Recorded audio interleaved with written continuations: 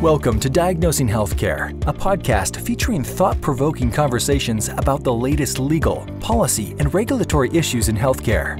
While these issues may seem like hurdles, we'll also look at the business opportunities and solutions that exist. Diagnosing Healthcare is brought to you by the healthcare lawyers at Epstein Becker Green, a leading law firm that has more than 40 years' experience serving clients in the healthcare industry nationwide.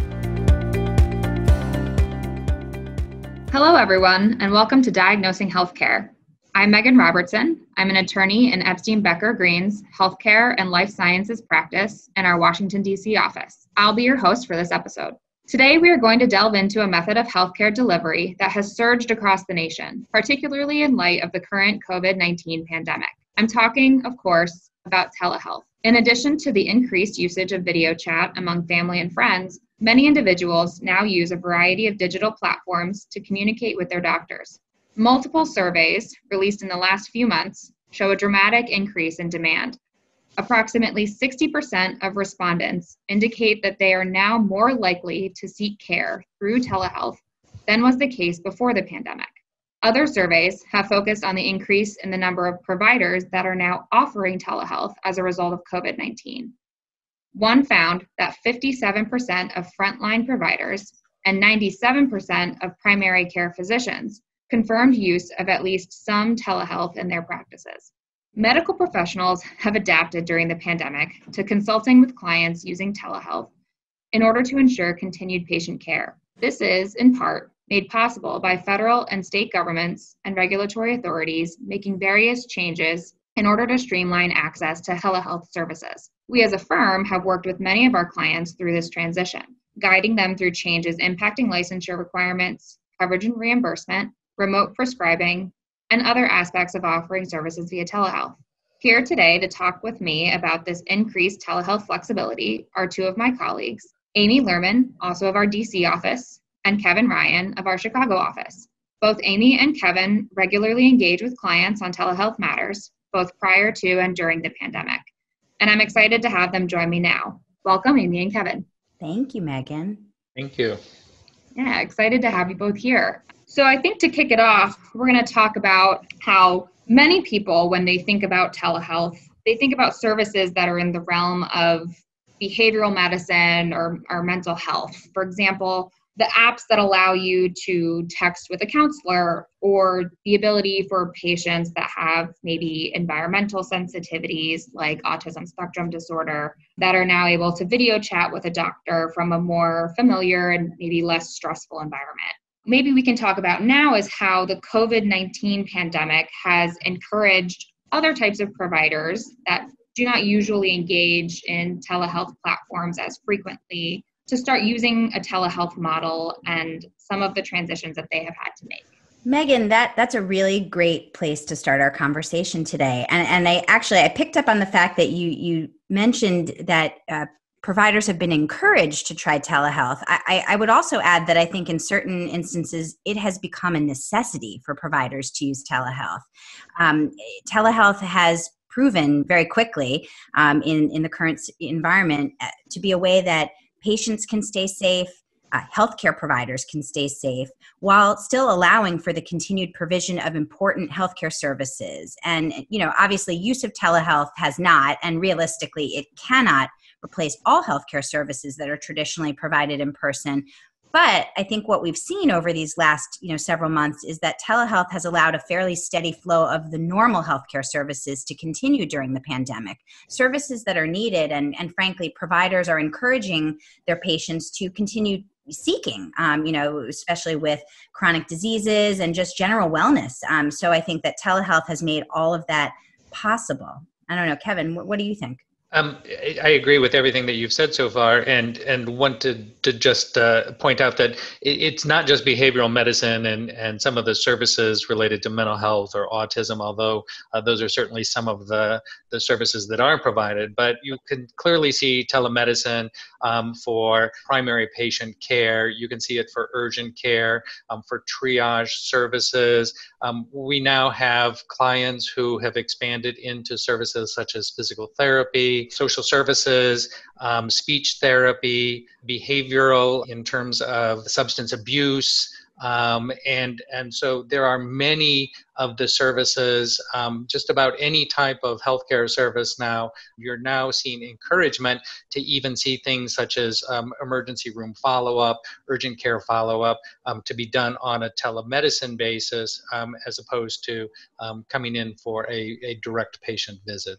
And I think, you asked about transitions that providers have had to make it, in order to make the provision of telehealth services possible. And I think that, certainly there are a number of providers who, were prepared for this moment, in that there was some use of telehealth, as part of the practice. I know a number of providers I use myself, telehealth was always an option. It just wasn't the one as a default that, I or others were using. But, thinking about transitions, I think, whether you were prepared or you were starting from scratch, there were definitely important things that providers and Kevin and I and others have counseled our clients on thinking about. One would be thinking about, as I had mentioned, and I think Kevin has mentioned as well, defining an appropriate scope of services that can actually be offered via telehealth. Certain services really lend themselves very well to this medium, others do not. So I think, when a provider thinks about their full scope of services that they would normally offer, I'm sure there were, discussions and decision points about what could be offered via telehealth reasonably. Technology is a big one. And again, some I'm sure were prepared and had a platform ready to go. Others, we've had a number of conversations, various members of our practice about the technology requirements, both on the provider side and the patient side, to ensure that telehealth services can be successful. Another consideration that providers had to think about was staffing. We have counseled a lot of clients on not only the licensure aspects of staffing, but there's also some important scope of practice considerations. We have, in an in-person environment, there are not only physicians, but, many other types of service providers who may be in a given provider's office, physician assistants, nurse practitioners, other types of healthcare professionals, and thinking about, does their in-person scope of services easily translate, and does it completely translate over to when they work in a virtual environment? And then there's a big understanding, from my perspective, with the applicable state laws. There's a lot that providers are already quite aware of, as licensed professionals, but there are some different rules in place when you convert over to a virtual environment. Rules around things like how to establish an appropriate practitioner-patient relationship as a basis for providing telehealth services, and even down to how the interaction has to work when you want to think about things like remote prescribing, which is even again under non-COVID circumstances is a tricky area for providers in telehealth. So those are some of the things that I think we've been talking to clients about, and probably very important transition points that providers have had to consider making. In addition to that, I think that there are some other things with respect to just the structure of a telehealth model. Many clients are looking to expand beyond their existing state of operation or operate in multiple states, and you need to have the appropriate corporate structure in place. Some states have prohibitions on the corporate practice of medicine or the corporate practice of another profession, which requires professionals to be employed or contracted with professional entities and not just a general business corporation. And so depending upon who the telemedicine provider is, they may need to set up professional corporations in various states, and they need to understand that that's state-specific and profession-specific. And then one of the other things where we've seen transitions is on the reimbursement side of things. There's a lot more reimbursement that's currently being provided for telemedicine services right now, but in order to get that reimbursement, whether it's a state or federal payer or a private payer or an ERISA plan, there may be certain requirements that all of those entities have in order to pay it. And just like an in-person provider is used to knowing what they need to bill for a service visit, they need to understand what's going to be required and what kind of documentation, what type of coding they can use for reimbursement for the telemedicine services. Right. Yeah. And so one thing that I think a theme from all of that is that regardless of whether there's a pandemic happening, if a provider wants to switch over to use of telehealth or in some way integrate telehealth into his or her practice, there are a lot of considerations. Now, with the recent expansion in the use of telehealth, on top of those already pre-existing considerations for transitioning, we've also been counseling clients through the changing regulatory landscape that's resulted from the necessity, as Amy mentioned, for telehealth that is tied to the COVID pandemic. We know that, for instance, telehealth licensure, as we've said, is regulated on a state level, and that some states have loosened their licensure requirements to increase access to care during the pandemic. So we can talk about these, loosened licensure requirements and other similar changes that providers have had to keep up with during the pandemic, like the 1115 waivers and state executive orders. Absolutely. Well, I think there are some considerations that providers have had to factor in on both the federal level and the state level. So why don't I start with the federal level, because I think that, it did set the tone for a lot of what then eventually unrolled as a result of it. It started with both the president as well as the Secretary of HHS declaring a state of public health emergency. And that, was announced pretty early on, and it kicked a lot of different changes into action. So, starting with the federal level, we had various things happen. I think, there were many general waivers that, separate from the 1115 waivers, which I'll get to in a moment, really started to increase flexibility for states and providers with respect to the government health care programs. And then separately, there were the Section 1115 waivers, which states had to apply for. And I think, in virtually every instance were granted, which then on top of the general waivers gave states incredible latitude with respect to various aspects of care delivery under the government health care programs as well. Now, it was interesting because I think that, you had to really read the language of these Section 1115 waivers, both, the application that the state would submit as well as the response that they would pretty quickly get back from CMS approving the waiver.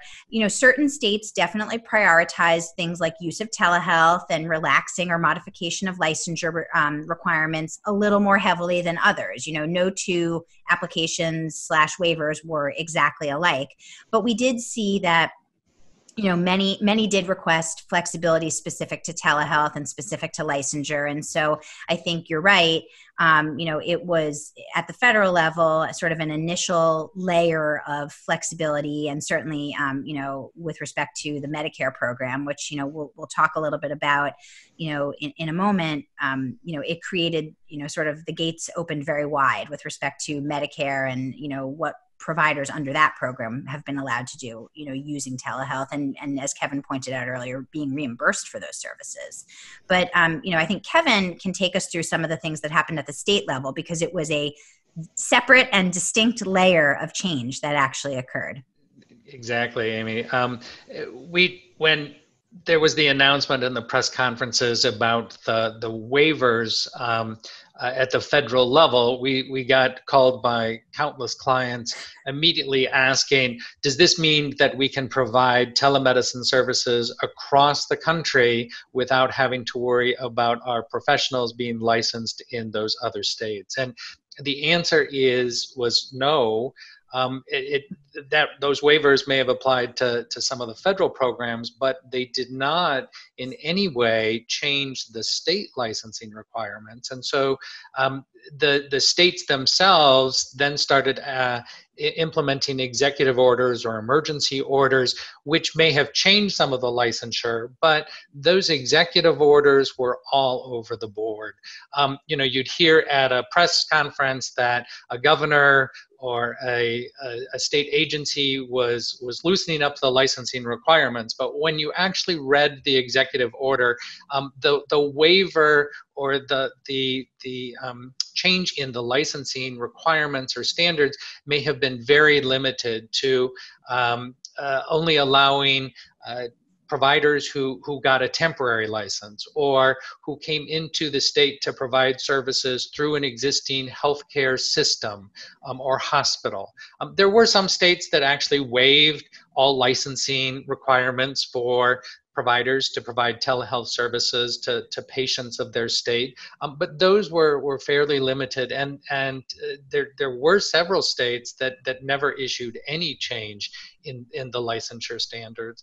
So it really was something that had to be looked at on a case-by-case basis and on a profession-by-profession basis again.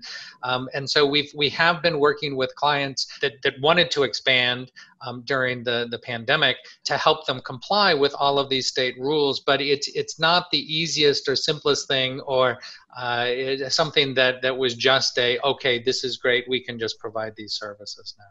Right, exactly. And like we were talking about earlier, they were already, for those providers who maybe didn't originally provide telehealth services, this was just an added layer of complexity on top of helping them transition into offering telehealth services as part of their regular practice. We mentioned already a number of areas kind of that are unique to telehealth that are already required for transitioning, like reimbursement requirements and different rules for, establishing scope of practice. Have there been any themes as far as key pieces of advice or cautions that you've seen come up when you're advising clients that are new to the telehealth space? So clients that are coming in from usually having an office-based practice, other than those that we've already touched on? Well, I think that, especially in light of what we were just talking about, that, the pandemic, kicked a lot of changes for providers into action, which is exciting, but, it does, as I'm sure you can appreciate, create lots of confusion. So some of the things that, we've been advising about, especially in, recent months, is the temporary nature of many of these changes.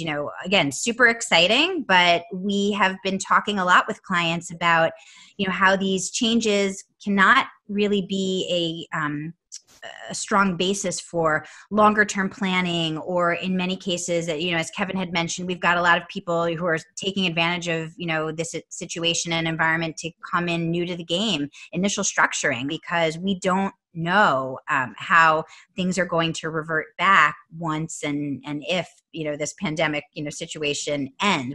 We don't have a sense of timing, and we don't have a sense of priority. So I think that a big piece of advice I know I've given to many of our clients is, it's great, and this potentially is even a sign that looking ahead things are going to be different, but this is the law, and here are some changes that have happened with respect to COVID, but we've got to keep those two separate. That's one thing that I've certainly talked about. That's the same thing that I've been talking about, and there's a lot of these changes, such as what kind of modality is currently acceptable to constitute telemedicine. So, could it be audio only? Can it be asynchronous communication? Does it have to have video? There were a lot of requirements before these waivers took place, and in many cases, they didn't allow just a telephone call. It couldn't just be audio. There was supposed to be video. It was supposed to be real time. Some states allowed asynchronous communication, and some other ones didn't, in order to be a valid telemedicine visit. And it's not clear whether some of that will stay afterwards. And so people, if they're setting up a program, we want them to understand that some of this may be limited in nature, and so not to build a platform, a long-term platform around some of these waived items. The same with HIPAA. There's a lot of waivers right now that go to the privacy of information, and so you're allowed to use FaceTime and some other communication where you may not have normally been able to use that because it's not HIPAA compliant for privacy and security purposes. So again, it's not that people shouldn't use them now and take advantage of them. Absolutely, use them now so that patients can get the care and the access that they need, but understand that some of this may disappear, and both providers and patients need to understand that is the case, because once that happens, they may be violating some of these federal or state laws. Yeah. And another thing, just to jump in, compliance. We talk about compliance all the time with clients under normal circumstances. And I have had a number of conversations about how it is more important than ever before to have good compliance policies and processes, especially if, as providers, you are filing claims for these services that are being provided via telehealth during this time where, providers have so much more flexibility. And although, we've certainly seen guidance from various agencies, CMS, OIG, about relaxing certain standards and, the likelihood that they may audit, things down the road. I think that really during this time, the best advice for providers is that, you need to keep treating things like submission of claims, certainly, as the real deal, and monitoring and auditing and collecting needed documentation. Like, I don't think that process changes just because we're in this temporary situation.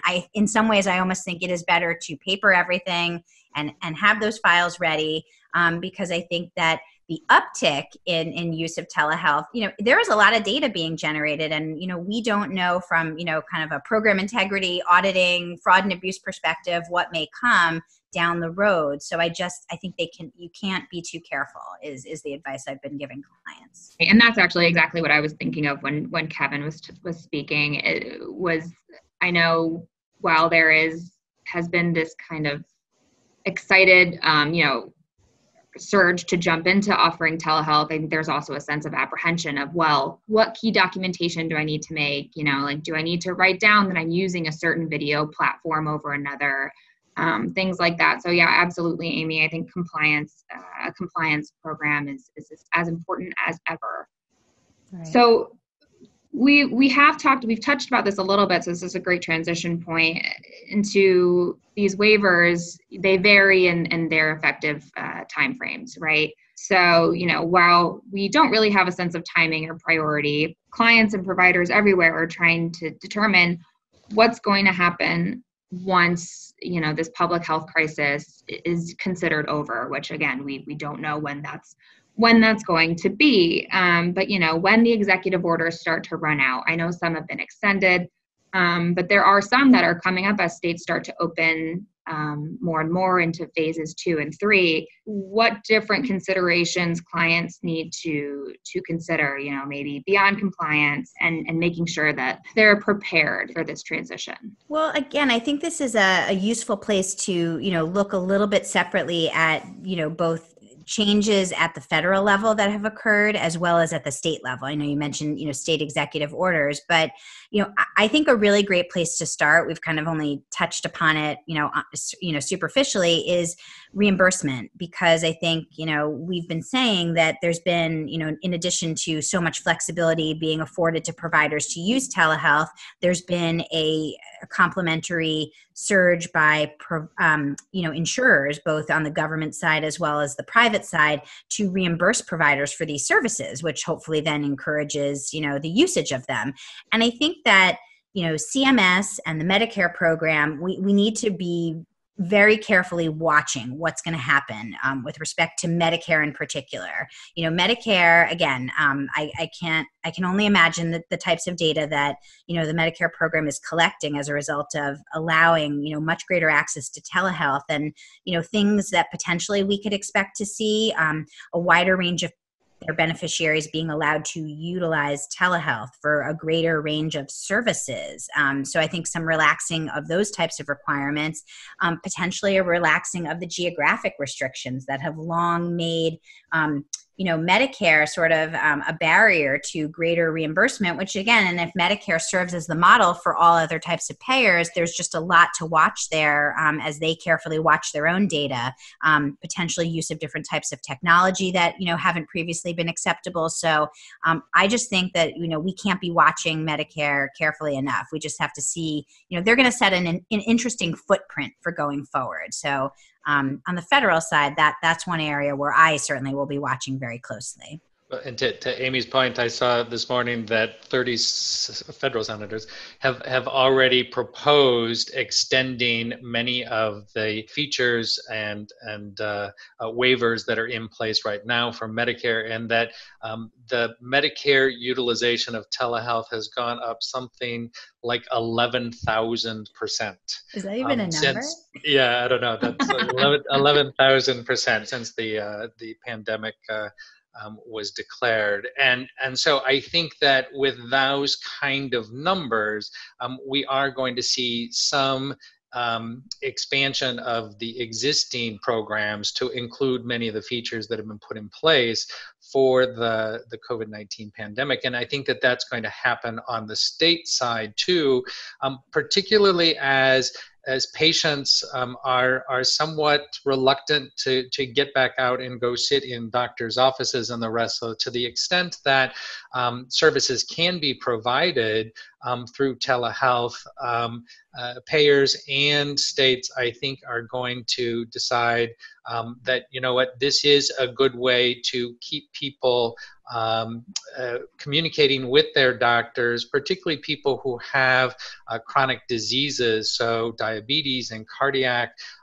who may be at high risk anyway. And if this continues to linger in any way, there may be some real efforts to keep the telehealth side open for many of those patients. And I think that the other thing that we may see is that some states that don't participate in the interstate medical licensure compact may decide that, you know, maybe now is the time to join, because as many people who work in the telemedicine industry know, that, you know, there is this compact that will assist physicians in getting licensure across states for telehealth purposes, but there are many states who still don't participate, and this may be an incentive for them to jump onto that compact, so that if anything were to happen again, providers will more easily be able to provide services in their state.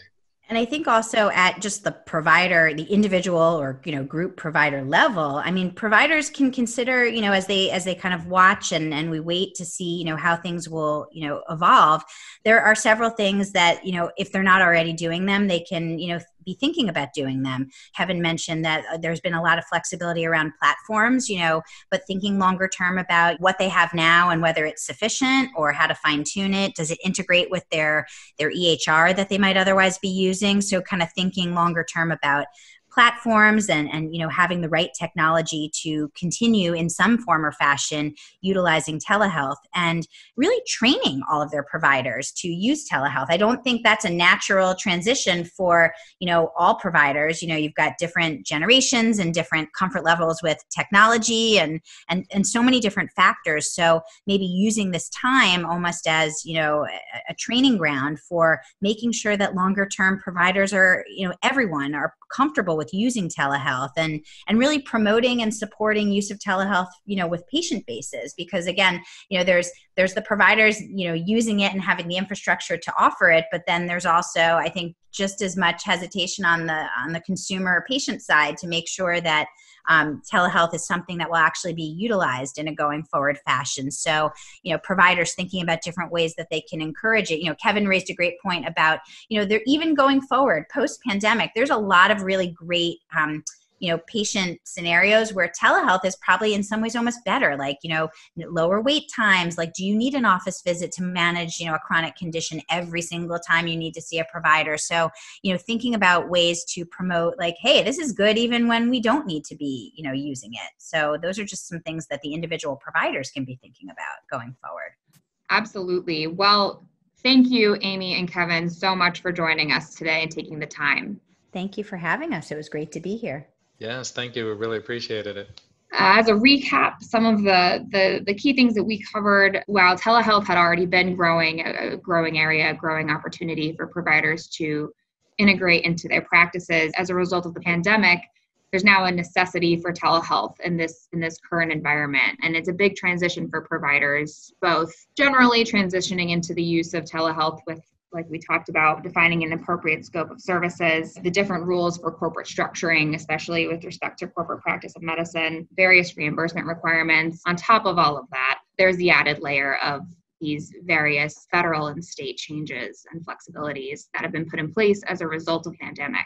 And then, as we were just talking about, the transition out of the COVID-19 pandemic area is going to be, an active and ongoing effort on behalf of providers to make sure that they're doing so in the most compliant and effective manner. Also, be sure to check out EBG's own Telemental Health Laws app, a free resource of the state laws and regulations governing telehealth for mental and behavioral health practitioners and stakeholders across all 50 states and the District of Columbia. A link to download this app is included in today's show notes. On behalf of EBG, thank you for tuning in. I'm Megan Robertson, and this has been Diagnosing Health Care. Thank you for listening to Diagnosing Health Care. For show notes on today's episode, additional episodes, and more insights on trending issues in healthcare, please visit diagnosinghealthcare.com and be sure to subscribe on your preferred platform.